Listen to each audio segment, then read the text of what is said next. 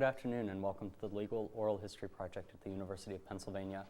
I'm Will Proctor, and along with my classmates Kristen Smith, Eric Lieberman, Corrine Levy, Liana Perez, Greg Gartland, and Ria Montblanco, we will be interviewing Professor Barbara Woodhouse.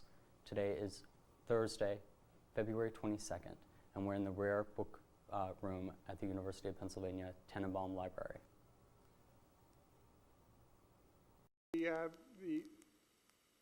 I'm Michael Wachter. I'm the co-director of the Institute for Law and Economics with Edward Rock. Eric Lieberman and Corrine Levy and Leah Perez and Rita.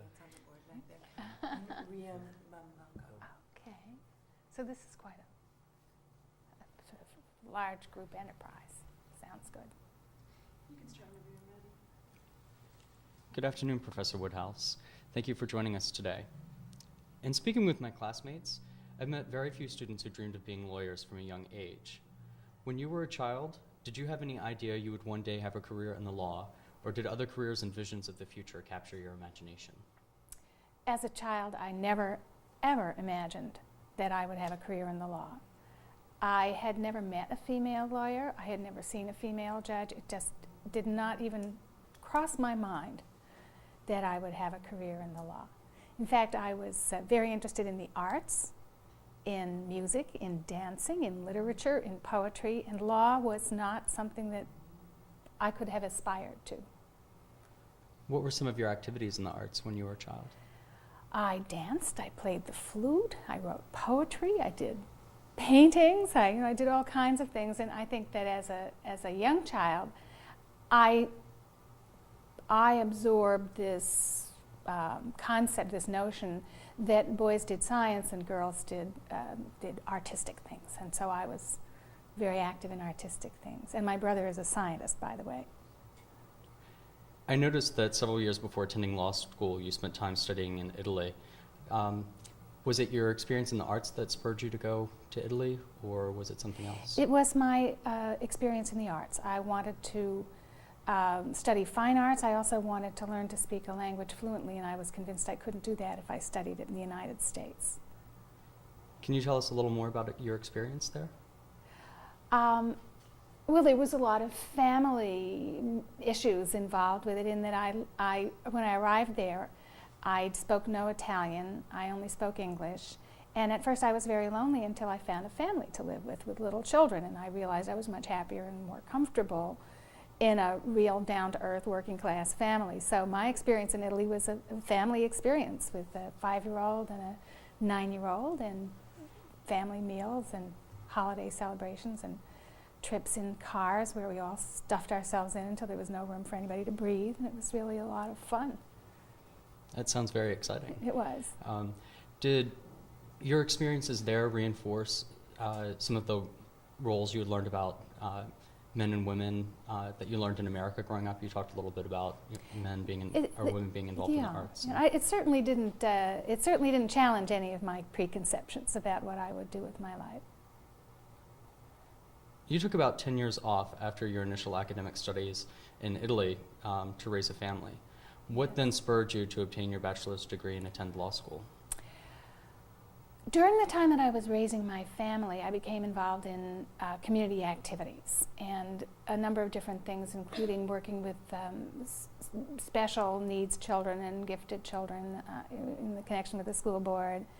And so that involvement in public activities persuaded me that, first of all, that I enjoyed that kind of active role in the community, and also I had the experience that people listened to lawyers. So I came up with this idea that if I went to law school, they would listen to me.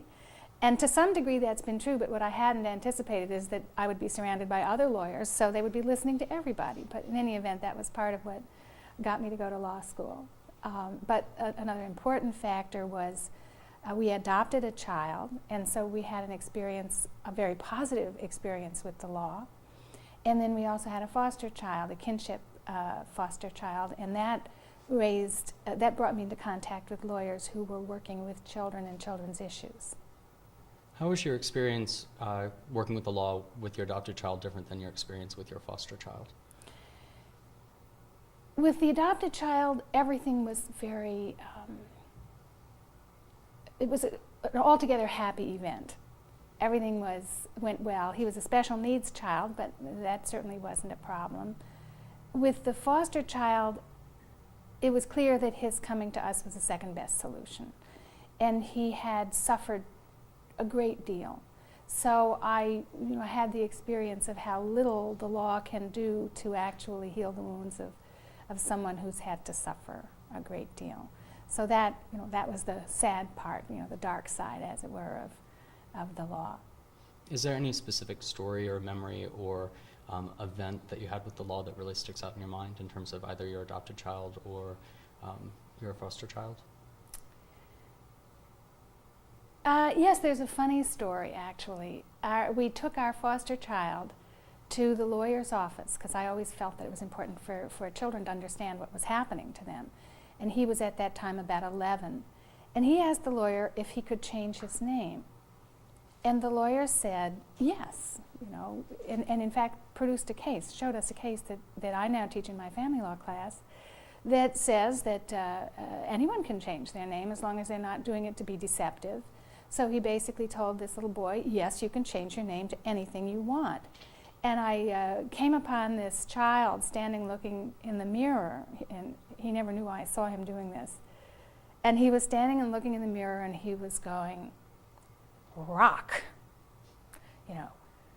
Todd, and trying on these names that clearly it was a chance for him to use the power of the law, that he could rename himself and he could be a strong person who was not afraid.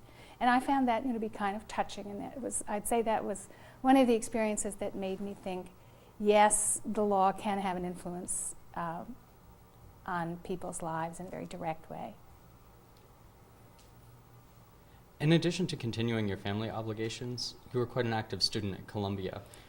You were the Law Review Notes and Comment Editor, the Harlan Fiske Stone Scholar, the recipient of the David M. Berger International Law Prize, and a member of the Child Advocacy Clinic. Would you say that any one of these experiences has had the longest lasting influence on your career and scholarship? I would say that the Child Advocacy Clinic has been absolutely pivotal for me. It's set the tone, it set the agenda for all of my scholarship and my work. And I was very lucky to be doing that. And I'll also add that all of my colleagues, my peers, said you can't do both. You can either do law review or the clinic. You can't do both. And I said, watch me. and I think I was right. And I have never regretted deciding that it was possible to do both. So whenever I get a chance, I tell law students, don't shy away from clinics. Do them, in spite of the time commitment. That seems like an incredible commitment to do both. How did you manage both of those projects and maintain a relationship with your family and commitment to your family? I didn't sleep a lot. I think that's probably the fairest answer. I would come home and my son would read me to sleep. We switched roles. He would read me to sleep and I'd fall asleep at 8 o'clock at night. And then I'd get up very early to do my, 4 in the morning usually, to do my reading. So I did stint on sleep. And I also was pretty organized. I imagine you didn't get a lot of sleep working on your comment. And looking at your comment, I noticed that you talked about entering law school with this interest in family law, and yet looking at your comment, Powell v. Offshore Navigation Incorporated, jurisdiction over maritime claims and the right to trial by jury, it seems like quite a departure from family law studies. What accounts for this anomaly? I worked as a research assistant after my first year for a marvelous man who was a professor of admiralty law, also practiced admiralty. And he was a very, quite a mentor. I really liked him a great deal. And I asked him for a suggestion for a law review comment, and that was what he suggested. And I was, and still am, a civil procedure junkie. And I loved doing the comment. But when I recovered from this temporary madness and reread my comment and thought about how technical it was, I decided I would never write anything that boring again, and I've tried hard not to do so. You talked about being a quote-unquote civil procedure junkie. Have you noticed any intersection between civil procedure and family law Absolutely. In fact, one of the first amicus brief that I submitted to the Supreme Court was one of those briefs where everyone knows it because it's the baby Jessica adoption case, Jessica DeBoer case from 1994. It really revolved around the Uniform Child Custody Jurisdiction Act and the Parental Kidnapping Prevention Act and all kinds of issues of jurisdiction and collateral estoppel and so on. So it still comes in handy. Well, thank you very much. At this point in time, I'm going to hand the interview over to Kristen Smith. Well, thank you. Following your graduation from law school, you took 2 clerkships. How has clerking affected your career? I thought I learned more in my clerkships, a bit more compressed learning, steep learning curve than any other 2 years in my life, including my first year of law school, which most people think of as the year that you learn so much so quickly. I think it's helped me in my teaching because my first clerkship was at the trial level, so I can imagine and think creatively about arguments to the trial court and to the jury. And my second clerkship was at the Supreme Court, and that's given me insights which are invaluable in terms of reading Supreme Court opinions, understanding how the justices think and how the process actually works. You clerked for, as you mentioned, 2 justices, Abraham Sofar and Justice Sandra Day O'Connor, who are at different ends of the political spectrum. Sofar was a Democrat when you clerked for him, and Sandra Day O'Connor is a conservative Republican. Yes. How did their political views influence their opinions? I think one of the things I learned from working with both of them was how almost irrelevant politics should be and really is in the chambers of a judge who's working with a real focus on the task at hand. Judge Sofar was appointed by Carter, I believe, and he later on served in the Reagan administration and became associated in many people's minds with being very conservative. That really wasn't true. He was an extremely proactive judge, very dynamic. And my main project with Judge Sofar was to kind of slow him down and say, Judge, you're going to be overruled by the Second Circuit. And he would say, Barbara, I don't care. The Supreme Court will vindicate me. So that was the kind of dialogue with him. With Justice O'Connor, she's a very, very careful, thoughtful jurist. She's a judicial conservative and thinks carefully about every case, and I just loved working with her because she had a great respect for the system and for the people who were working with her in that process.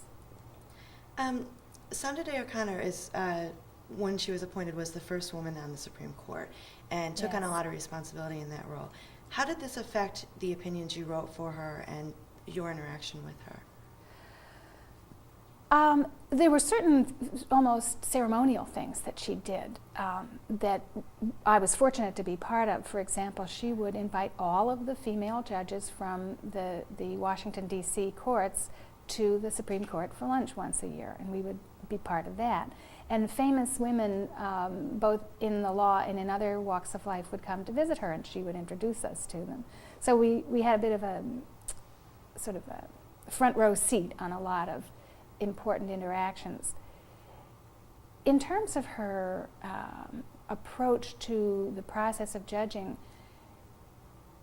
we actually had a conference here at Penn called Women in Judging, where Justices O'Connor and Ginsburg were asked this question: how did being a female affect your role as a judge? And they were very hesitant to say that it actually had any effect, because I think they were concerned that their identity as women might overshadow their competency as judges. So I would be hesitant to say that Justice O'Connor judged a particular way because she was a woman. But certainly she had a greater knowledge base of certain areas. When we looked at cases like TLO v. New Jersey, which involves searches of children in schools, the idea of children in schools was not an abstraction. She knew about kids, and they had things in their pockets, and they could get into trouble, and what should be the balance between their privacy and the role of the school was not an abstraction. And I think in that sense, yes, being a wife and mother and homemaker is not, it's a learning experience. It can provide you with interesting insights. In your time here at Penn as a professor, you have encouraged students to take clerkships. If you were trying to convince a student of the importance of clerkships, what would you say is the most important skill you learned from the experience? I think the most important skill is the ability to really imagine the case or the issues from the judge's perspective. After clerking, I'm positive that the way I approached both briefs that I wrote as a lawyer and also briefs at the appellate level was radically changed, because I saw the task the judges were attempting to do and realized that what I needed to do, the role of the lawyer, is to help the judge decide. And I don't think I would have fully understood that unless I'd worked as a clerk. So I think it really does give you an insight that's valuable throughout your life. After you finished your clerkships, you became an associate at Debevoise & Plimpton, a large New York-based law firm. How did you end up there? I went to Debevoise & Plimpton after my second year in law school. So I was a summer associate there. When I finished my clerkships, I was being very heavily recruited by Cravath, Swain & Moore. And Tom Barr and David Boies both told me they would, and please hold your laughter, told me they would make me the first great woman litigator. I was not impressed, because I happened to know Mary Jo White, who was at Debevoise & Plimpton, and it seemed to me we already had a very great woman litigator, and I decided I would go and work with her. So it was actually Mary Jo White, who is now the U.S. Attorney for the Southern District of New York and is in fact currently embroiled in a bit of a struggle with former President Clinton over the rich pardon. She was the person who really brought me to Debevoise & Plimpton. While at Debevoise, you were a litigation associate doing varied work. Was any of it family law related? Very little of it was family law related. The family law, I did a lot of constitutional law related work, preemption work. And the one thing that was most closely related to family law was class action that I did on behalf of residents of a homeless shelter. And there were a lot of intersections between homelessness and family disruption and issues of child abuse and neglect. They were all kind of in there somewhere. So that was the closest I came. When you left Debevoise in 1988, you worked on many pro bono cases. Why did you make this transition? I found that as I went up the ladder of responsibility at the firm, and I think I went up faster because I was older. I started at Debevoise at age 40. So I was I was a third year associate because I got credit for my clerkships, but I was a third year associate at age 40. So I think they started me up faster, and I was handling cases as the sort of supervising associate. And I found that the more I rose in the hierarchy, the farther I got away from actually researching and writing, which is what I most enjoyed.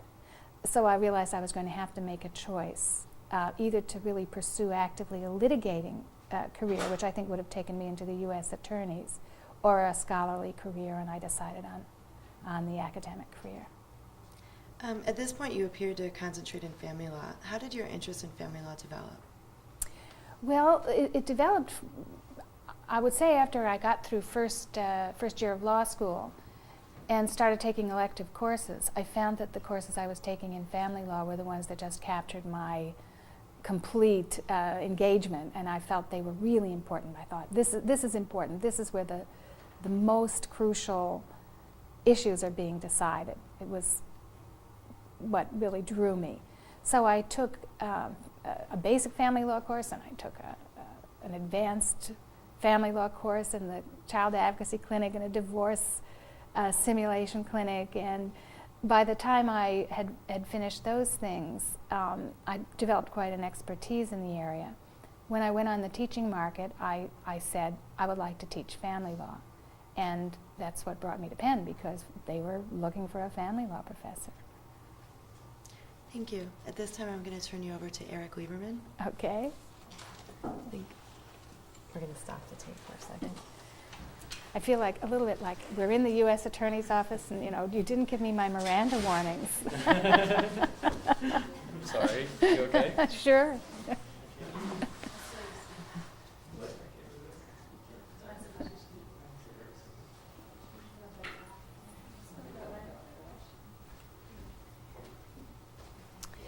I wonder if you could reach me that. I'm afraid Sure. if I get up, I'm going to dump the microphone on the ground. You're going down to the University of Florida?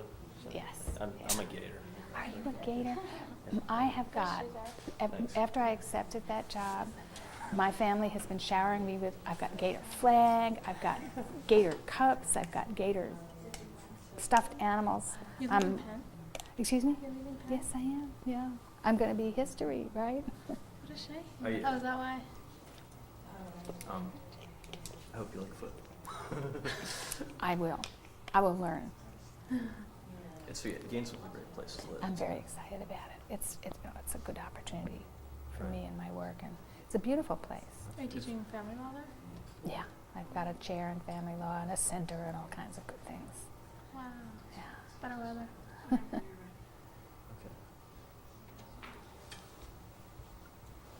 I don't need to sing. I don't think so. Okay. So, why did you decide to leave the practice of law and enter the academic world? Well, there were two things really. One is the factor I just mentioned about wanting to do more in-depth research. In the practice of law is fun, particularly as a litigator. I enjoyed that. But you are never able to really do the in-depth work you would like to do on any given project. So I had found that a little bit frustrating, and I wanted to do that in-depth work. Also, the work schedule was very inflexible. I think I work as hard, certainly more hours. I think I really do work more hours now than I did then, but I can always get time when I need it for my family, and that made a huge difference to me. What attracted you to Penn, and what other schools did you consider when you were? Well, I had geographic limitations because I was married and I had children in school, and so I looked at schools that were in a radius of New York City that I felt that we could manage, to have a home life and a professional life.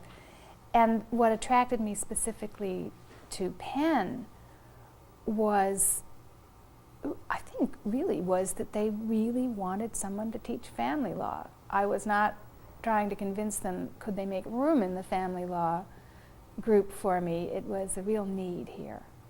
And I think that really was what sort of cemented the bargain. I also, it's funny, and this is one of the factors about the recruitment process. You don't have that much control over it.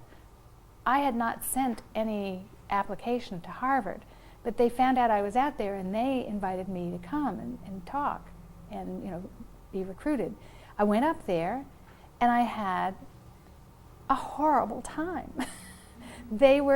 The people were talking about how miserable they were. I actually had one young man say, this would not be a good place for a young person with children because you wouldn't be able to spend any time with your children. And I thought, well, I don't want to be here. So I withdrew my name. So I think, it isn't only the prestige of a school, it's also the environment and the atmosphere. And I certainly felt Penn was a much more friendly atmosphere.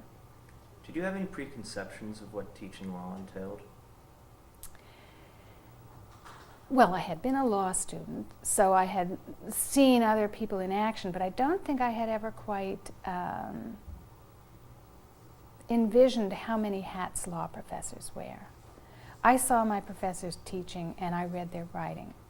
What I didn't understand was how much time it was going to, how much time I would need to devote to a number of different arenas in order to accomplish the work I wanted to accomplish. You have to be a writer, a scholar, a teacher, a mentor, an administrator, and a public servant. And I really had never imagined wearing all of those different hats.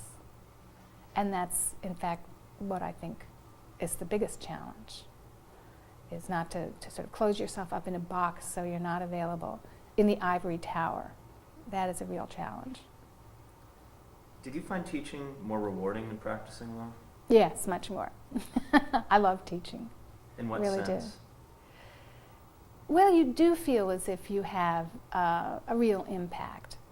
In practicing law, particularly in litigation, very frequently you don't know how things turn out. You know, it's you come up with second best solutions, and in teaching you can create, both in teaching students, you can have a sense of actually contributing positively or negatively. Sometimes their reactions are negative, but you know, you've had an impact in any event. And then you have the ability to create a body of work, so you can look back and see what you've accomplished, and you've completed it. It's not unfinished. And I think that's the frustration of litigation. So much of what you do is never really finished. What do you enjoy the most about teaching? Well, what I enjoy the most is when I can see that a complicated issue or concept is just clicking. You know, so I guess what I enjoy the most is seeing that reflected in the eyes of the students. And I think students often don't know that we can see their faces. You know, it's like being in a dark theater, but it's not really. We see your faces, we see your expressions. You know, we see you yawning, we see you nodding your heads, we see you opening your eyes, and sometimes you see that shock of recognition, and people really, as if they're saying, aha, I got it. I got it now, maybe for the first time. And that particularly in the area of constitutional law, which can be very confusing. What were the first classes you taught at Penn? My first class was family law. The second class was conflict of laws, and for years I taught conflicts. Nobody here knows that anymore, but I was the conflicts professor for many years. And the third class, which was really the one that was closest to my heart, that was most central to my ambitions, was child, parent, and state. And I continue to teach child, parent, and state, which is about state intervention in the family and child abuse and neglect. And I continue to teach family law. What other classes do you teach now? I teach, well, I now have been teaching family law, child, parent, and state, and then I'll usually teach a seminar. And I'm restless. I go from one thing to another. I've taught children's rights, Supreme Court and the family, an adoption seminar. I've taught the public interest practice seminar, which is in some ways a forerunner of the current program that the public interest scholars and others are doing with Lou Ruley and the clinical faculty. And I'm currently teaching a fascinating seminar sponsored by the Carnegie Foundation, the Carnegie Institute for the Advancement of Teaching, which brings together social work students and law students to explore how they have been educated as professionals. And I'm having a wonderful time with that course. You co-founded and co-direct the Center for Children's Policy Practice and Research at Penn. Could you describe how it operates in the multidisciplinary setting? Well, its focus is multidisciplinary. We are a project of the law school, the medical school, the School of Social Work, and now the nursing school is also very much involved. The concept is that in order to address difficult policy and practice and research issues of children in the law, of children in generally, you need to have a team of people who will bring their different professional expertise to the table. And that's what we do at whatever level. We describe ourselves as vertically integrated or vertically structured, meaning that we work with actual clients at the street level, children who need evaluations, psychological evaluations or social work or legal interventions. And we also work at the appellate level with appellate briefs to the Supreme Court or the Courts of Appeals, and do fundamental research and also consulting. So it's a very mixed bag, but the focus is on a child-centered, interdisciplinary approach to the problems facing children today. I'm going to let Corinne take over at this point. Turning to some of your many publications, you've written extensively on the rights of the child. In your article, Who Owns the Child, you explore two Supreme Court decisions, Meyer v. Nebraska and Pierce v. Society of Sisters, which solidified the parental control over children. You've stated that Meyer in particular, quote, announced a dangerous form of liberty. Stamped on the reverse side of the coinage of family, privacy, and parental rights are the child's voicelessness, objectification, and isolation from the community. Can you comment on why you feel that is so? Well, I think we have a history in the United States. There are two sort of intertwining issues here. One is the notion of children as property, which I think is deeply embedded in the way we think about children. It's a very conflicted, kind of possessory notion. Our children are ours. We own them. And also the concept of privacy. And if you put that together, you get private property.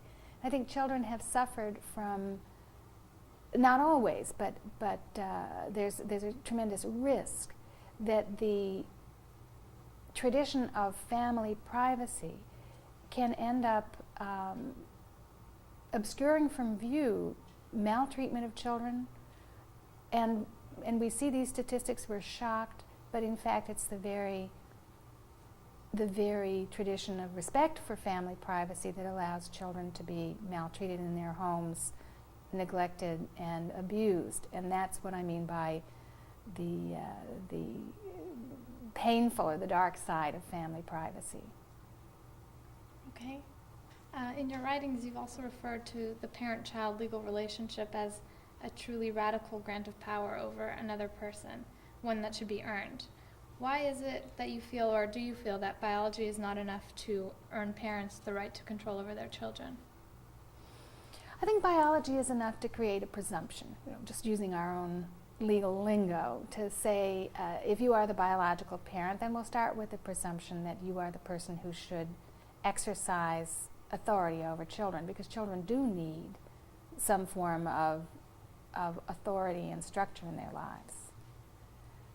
But it's a presumption only, not an end in itself. And I think the best evidence for this is that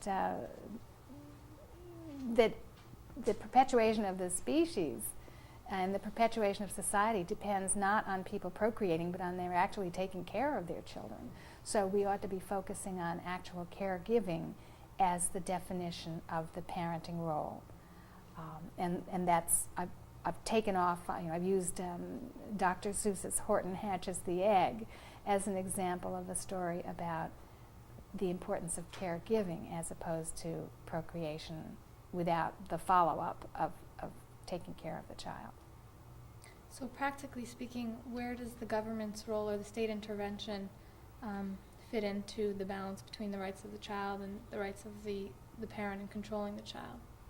Well, I've taken a particular perspective on this, and as in many other ways, I feel in a sense that I need to take a child-centered perspective in order to redress a certain imbalance, because most of the people who write about families are writing from a very adult-centered perspective. So from a child-centered perspective, I'd say the role of the state is to walk a very, very narrow line, a thin line, between respecting and protecting the privacy of the family so that children can feel secure that they have strong and powerful parents who are going to take care of them, and monitoring that this privacy is not abused in a way that essentially negates the purpose of family privacy, which is, in the end, I think, to nurture and protect children. So it's a tightrope walk. And I think in my classes, we always come out with the same conclusion, which is that it's almost impossible it is impossible to avoid tragic outcomes. But it is also unthinkable to stop trying to keep children safe and also keep them in their homes. Yeah, you've mentioned in your article of babies bonding and burning buildings that we often tend to perceive rights on a zero-sum scale. So how then practically can we balance the parents' rights and the children's rights if we don't assume that they're one and the same? Well, what I mean about a zero-sum scale is that people tend to think that if you give rights to children, you'll take them away from parents.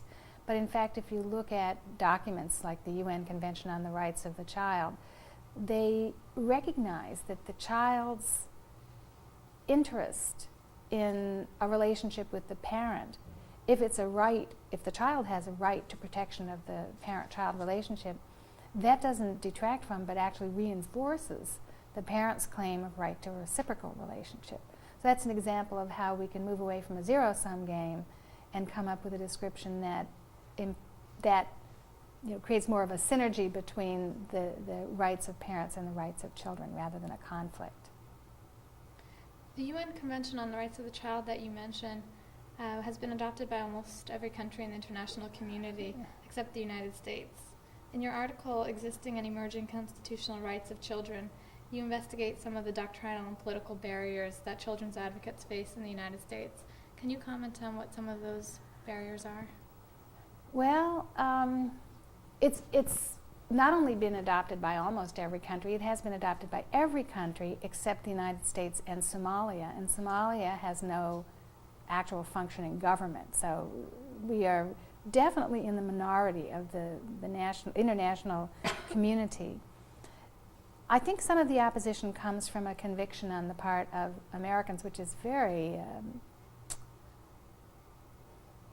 sort of parochial, that we know everything there is to know about rights, and nobody outside can really tell us much that's of any use to us. Obviously, our children have rights that are protected because we're Americans. But once you get past that kind of reaction, there is a real fear that the adoption of the convention would result in, I say that the fear is real, but it's not realistically based. There is a fear, which is not based on reality, that adoption of the convention would change U.S. law and would go so far, for example, as to, the critics say, empower children to subscribe to pornographic magazines, and their parents would have no way of intervening because the children would have a right to free speech and free expression and so on.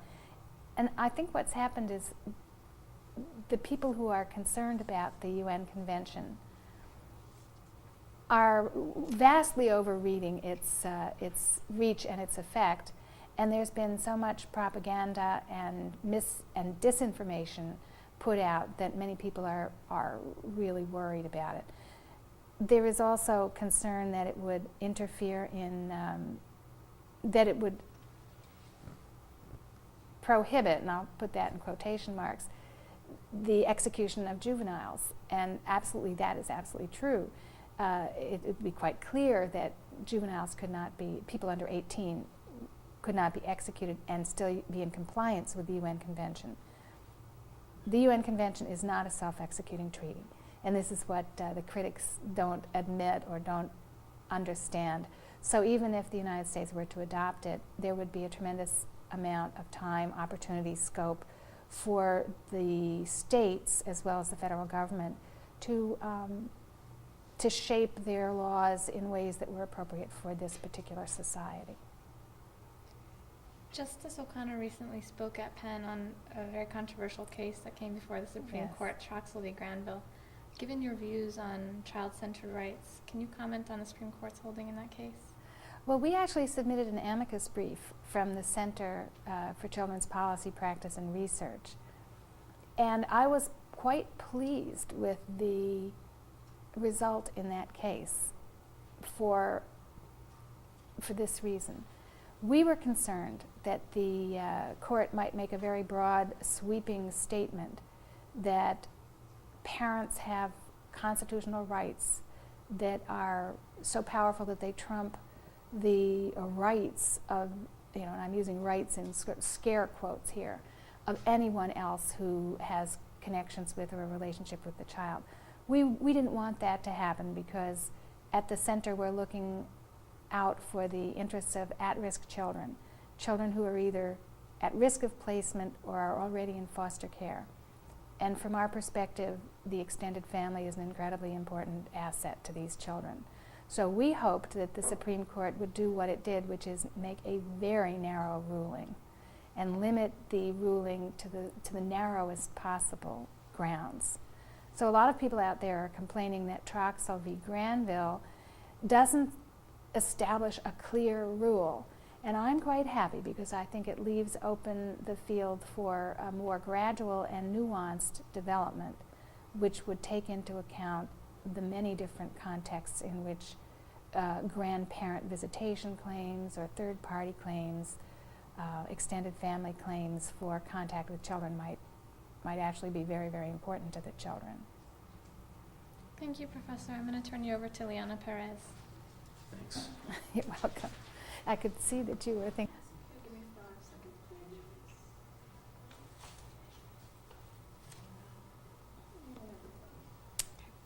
please. You support the introduction of narratives into the legal analysis. What effects would this have on law and justice? I find, and perhaps it's because the area I work in is, because I work with children and children's issues, youth and youth issues, I find that narrative is an extremely useful vehicle to make a particular issue very real and concrete. It may be that for some people narrative scholarship just it doesn't really reach out to them and persuade them. Some readers are much more comfortable with linear logic and a traditional approach. But I firmly believe that many, if not most, readers of scholarship also respond to the narrative technique. It's a core technique in legal writing. Every brief is a narrative. Every case is a narrative. So for me, using narrative actually comes very naturally, and I think particularly if you're trying to make visible some injustice that is not experienced by most people, if you can place it in a narrative form, it can catch the reader a little bit off guard and make them understand what it's like to be, a child or an African American in an all-white neighborhood, or all of these other realities that are not always present to the reader. If personal narratives bring out, I guess, the subjective factors that touch the lives of the disadvantaged, what effect do you think this would have on the goal of objectivity in the law? Well, I suppose that assumes that our goal should be objectivity, and I think we need to know when we are being objective and when we are being subjective. But I'm not entirely convinced that objectivity is really possible as a sole, single goal. So in some ways I might answer by saying that use of narrative illustrates that objectivity is only one of the stances we take as we think about about defining justice. You've also discussed that you believe law and policy are actually storytellers in themselves, that they actually tell us how we ought to be. Do you think this is a good thing or a bad thing? I think it's a reality. I mean, if you think about the law, you can go back much farther than the Ten Commandments. I mean, the Ten Commandments is a form of law, a law giving. And the idea that law would not tell us how we are supposed to be, this is where law came from. Law originated as a statement about how people are to behave towards each other in a society. So I can't see how I could say that's a bad thing, but I do think it's important to understand this interplay between the sort of rhetorical force of a statement, this is legal, this is illegal, and its impact on real people.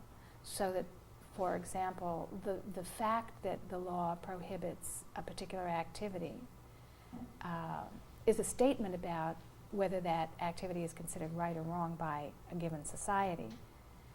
But I'm not sure it's a statement about the morality of the activity. Is that too convoluted? No. I'm thinking about cases like Bowers v. Hardwick, or questions relating to changes in, well, also cases like Dred Scott. Well, actually, in Dred Scott's, in your recent article, Dred Scott's Daughters, you bring out the story of Harriet Scott, his wife, and his two daughters, Eliza Scott and Lizzie Scott. How do you think that history and the law would benefit from hearing the hidden stories of people who have kind of been in the sidelines? Well, for me, the stories, I focus particularly on stories of children and youth. And I'm very instrumental in wanting to bring those stories to the surface, because one of the effects of being invisible to history is that no one thinks seriously about constructing systems of justice that would also encompass the needs and the rights of children and youth. So by sort of putting children and youth back on the stage of history, my goal is to say, yes, these children and youth have been, in a sense, soldiers in battles for justice, and they deserve to be recognized and to have their own claims to justice heard. In that article, you also you analyzed the situation of children now in custody battles, in abusive homes, in foster care, and you said they were like slave children. How do you think they're similar? Well, it would be a gross overstatement to say that they are like slave children. But what I'm hoping to do by drawing that connection, is to highlight that the enormous power that adults have over children, we saw it incredibly abused in the context of slavery. But it continues to be abused or misused in the lives of many children. And I think I would like to spend more time, that chapter is part of a larger work in which I've been working on for quite a while now. And in future chapters, I'll be looking at the stories of contemporary youth, which have some resemblance to the stories that I'm telling there. So the stories of contemporary African American girls are not all that different in many ways from Dred Scott's Daughters. And you can read the newspaper and see stories of children who are taken into custody and by parents and sent to boot camps or deprogrammed, and then there are also children who are incarcerated by the state. So we've got a lot of examples of situations in which children are deprived of liberty in ways that really are reminiscent of these abuses. In that article, you disagreed with the way the courts and history have treated the Scott women as non-entities, as mere appendages to Dred Scott. How do you feel about the nameless fathers in abortion and adoption cases? And do you feel that they too are robbed of their agency when they're treated as insignificant in family law cases? I think that's a very good point to make. The way our law of family privacy has developed, the constitutional doctrines of reproductive privacy, is really very one-sided. And I'm not sure I have a good solution for that, but it is absolutely true. And this is raised in case books. It's raised by students in class, though they have to be pretty brave to raise it. There really is a one-sided view of procreational freedom. Women have an abortion right, and they also have a choice not to abort, whereas men have, once conception takes place, they have lost any possible power to affect the outcome. And I don't know what to do with that conundrum. I've been worrying about it and wondering about it. So I think you've asked a good question. Well, I have to pass you over now to Greg Garland. Hello. I'm going to ask you some questions about international children's rights. One topic in my research that I found that you spoke about recently in relation to children's rights internationally are barriers to human rights for juveniles. Mm-hmm. What do you see as the strongest barriers to developing international children's rights? I actually think that on the international scene, there's a very robust children's rights movement. And perhaps the reason it can be so strong is that most international children's rights initiatives are setting aspirational goals. We want to do better at this, that, we want fewer children to work at inappropriate labor. We want fewer children to be killed by landmines, fewer children to be put into armies and fighting as youths. When you get actually down to the local level or the national level, that's when the fighting becomes, when the struggle becomes most difficult, because it involves real change. And so I guess I would say the barriers at the international level are not as significant as at the national and local level. What do you think should be done on a greater scale beyond the 1989 UN Convention that you spoke about earlier? I think the UN Convention on the Rights of the Child actually sets out a good working model for improving children's condition throughout the world, because it sets up a number of goals and creates committees. It creates a committee on the rights of the child. The Committee on the Rights of the Child has the authority to collect reports from the various signatory states, and then to sit down and meet with the people in those states and discuss in what ways the country is falling short of its aspirations, how things could be made better. And I've seen that actually in action in Japan. I was in Japan and worked with the UN committee when they were meeting with the Japanese Diet.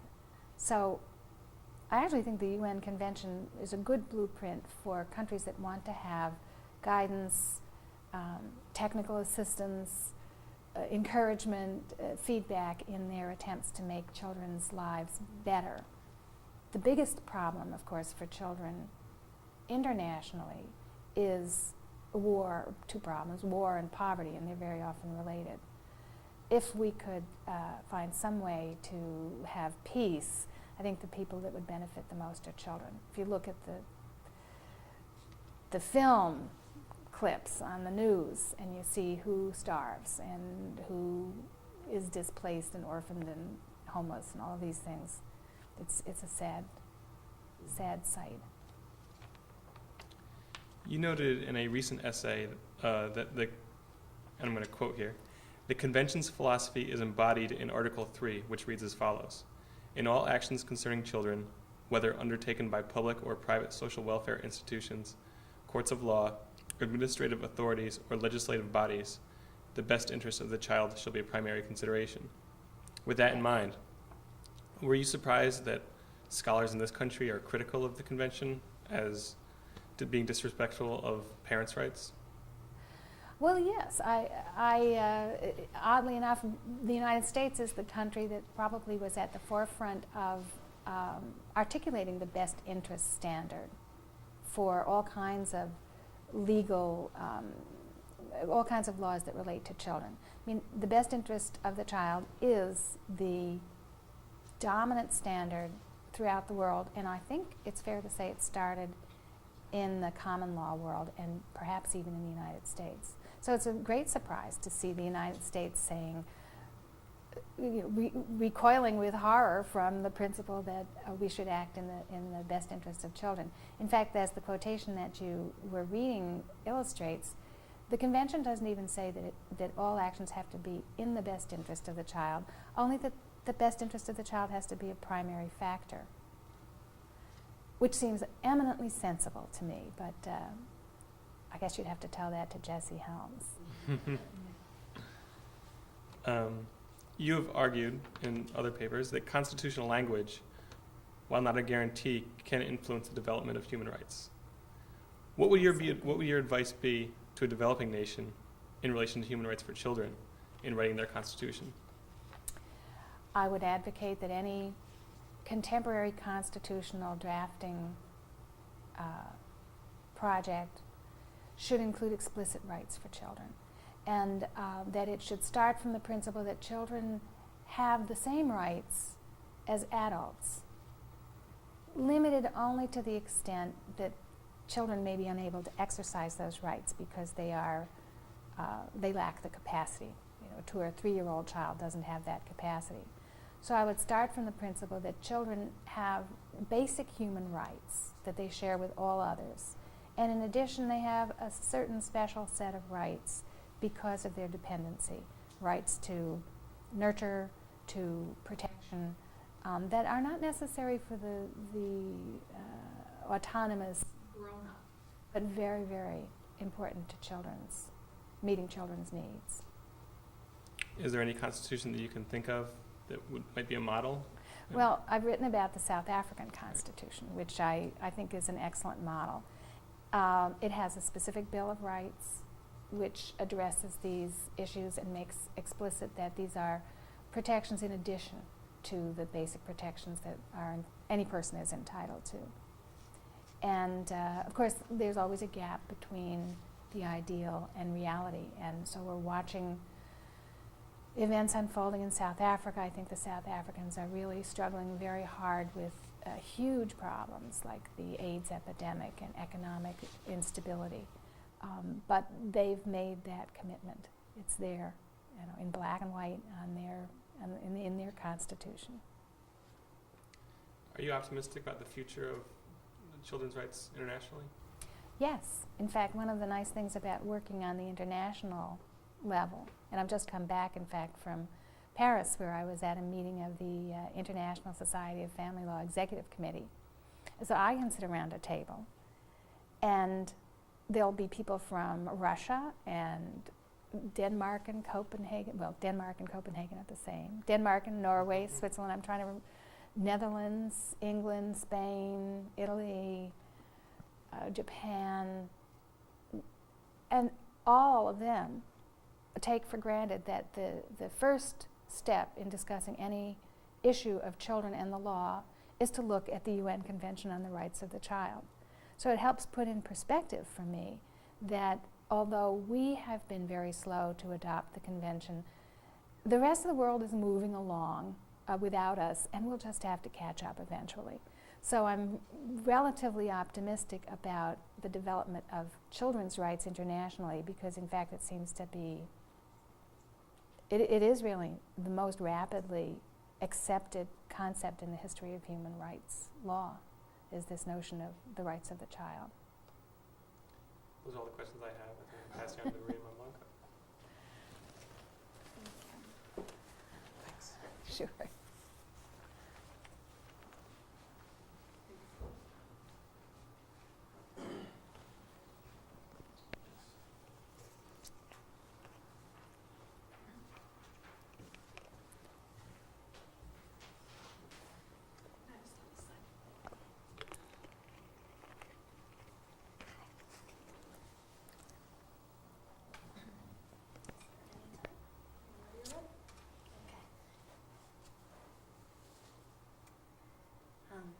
Professor Woodhouse, there's a lot of talk these days about the sexual exploitation of children on the internet.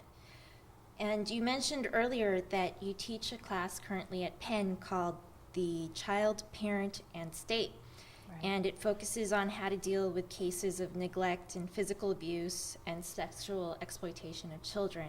So in light of this, your area of focus, what's your view on regulating child exploitation and pornography on the internet?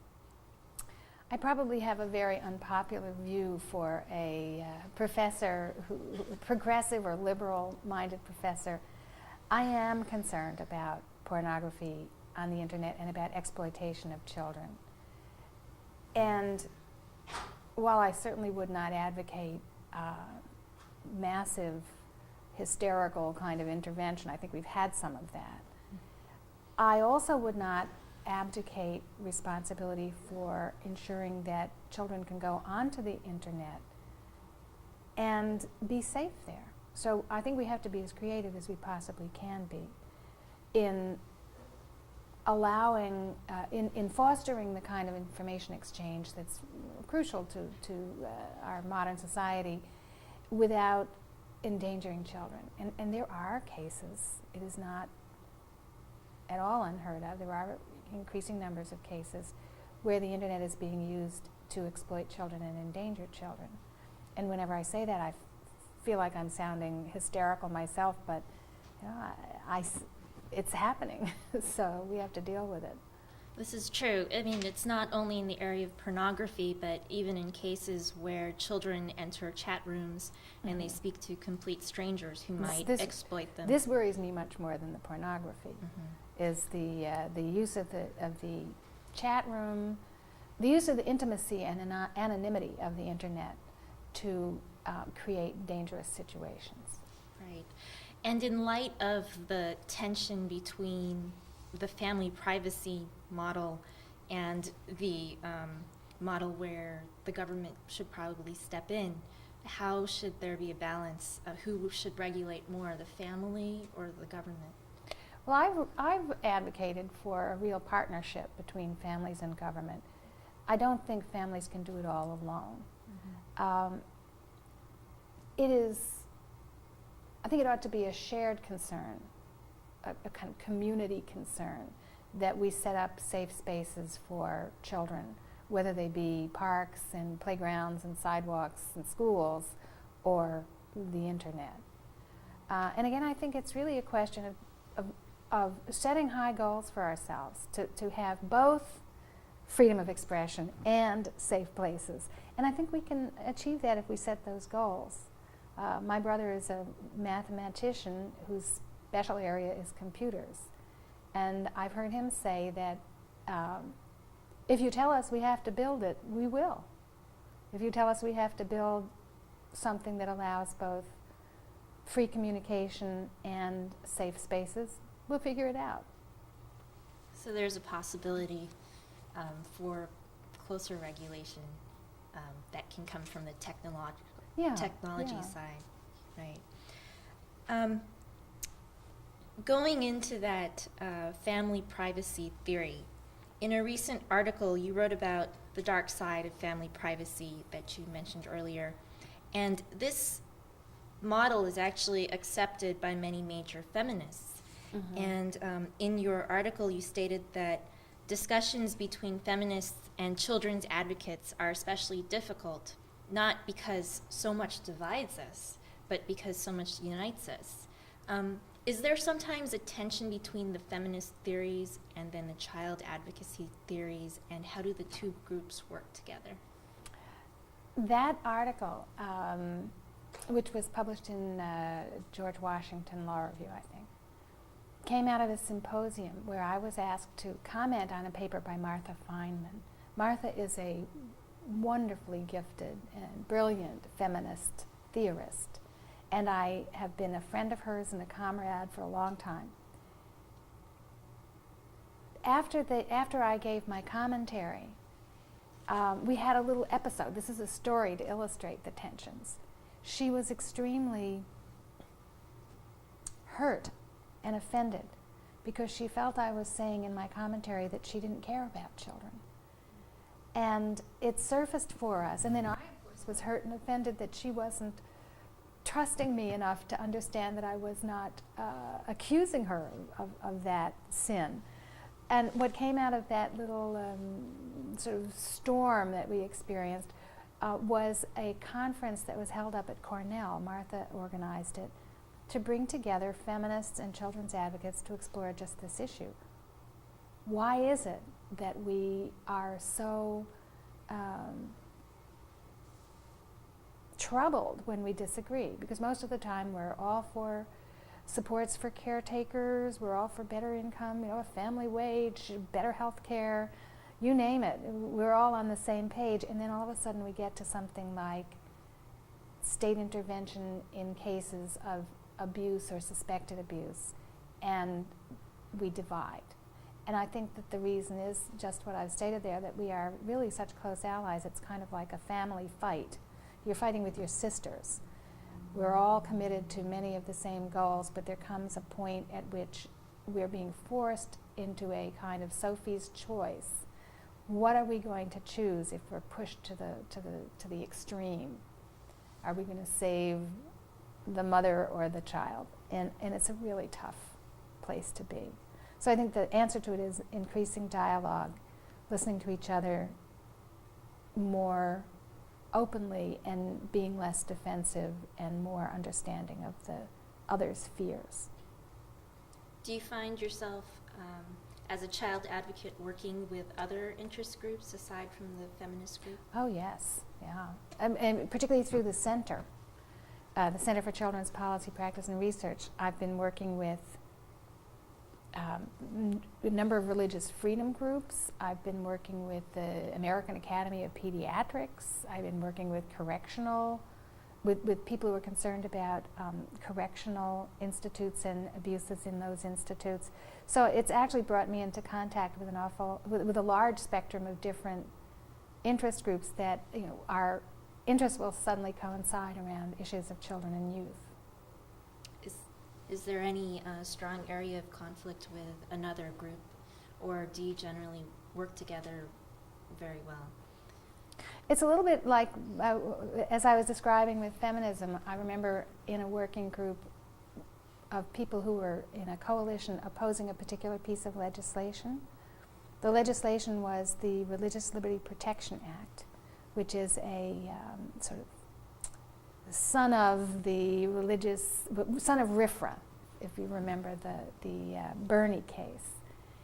And we all were on the same page, all on, singing from the same sheet of music, as they say, until someone said, it became clear that we might be able to get an amendment to the legislation that would specifically say that this religious freedom did not apply to child abuse or harm to children.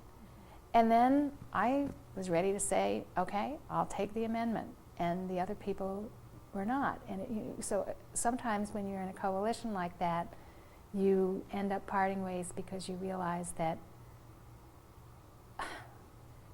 the constituency that you feel the greatest commitment and loyalty to is that their interests now conflict and diverge from the rest of the coalition.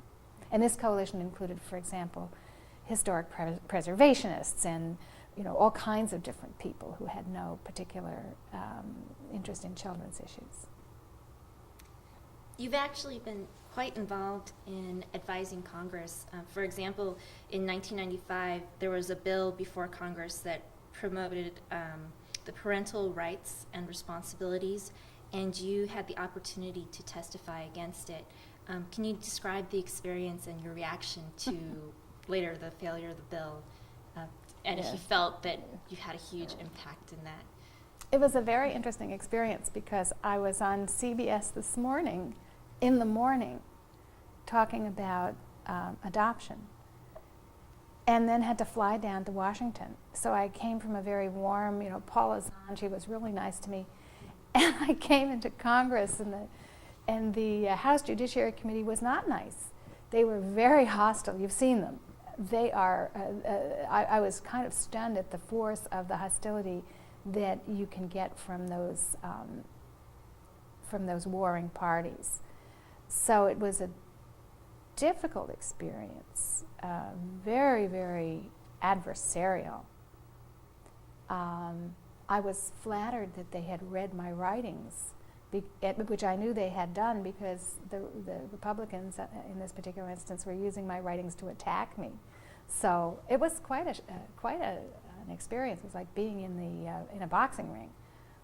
But I think we were effective at stopping that bill, and I'm glad that happened. And then subsequent state legislation, I participated in sending written testimony to state legislatures, always around concerns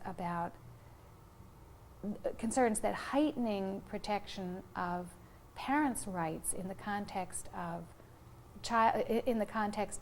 say, corporal punishment or suspected abuse or neglect could end up actually sacrificing children's lives. And that has been a winning argument. People are willing to listen to that. Unfortunately, I have to wrap it up really quickly here. Okay. But I should ask you what plans you have for the future. Well, I'm actually heading down to Florida. I've been here at Penn for 13 years, and they say that every plant needs to be repotted occasionally, so I'm heading down to Florida to become the David H. Levin Chair of Family Law and the director of a new center on children in the law. I'm very excited about this move, partly because I have a number of wonderful family law colleagues. It's a large faculty. I've been the only family law professor here, and now I'm going to join a group of about 5 other family law professors, so I'm really excited. I look forward to the palm trees. I won't have to walk home in the snow, as I will have to do today, and as you all will have to do. But I see another 20 years, I certainly hope at least, of activism and research and advocacy for children, and it's a really exciting prospect. Congratulations. We wish you luck, and thank you for coming today. Thanks. This was a very professionally done. You know, I'm so impressed. Well, if Katie Couric should be so well prepared. She actually is pretty well prepared.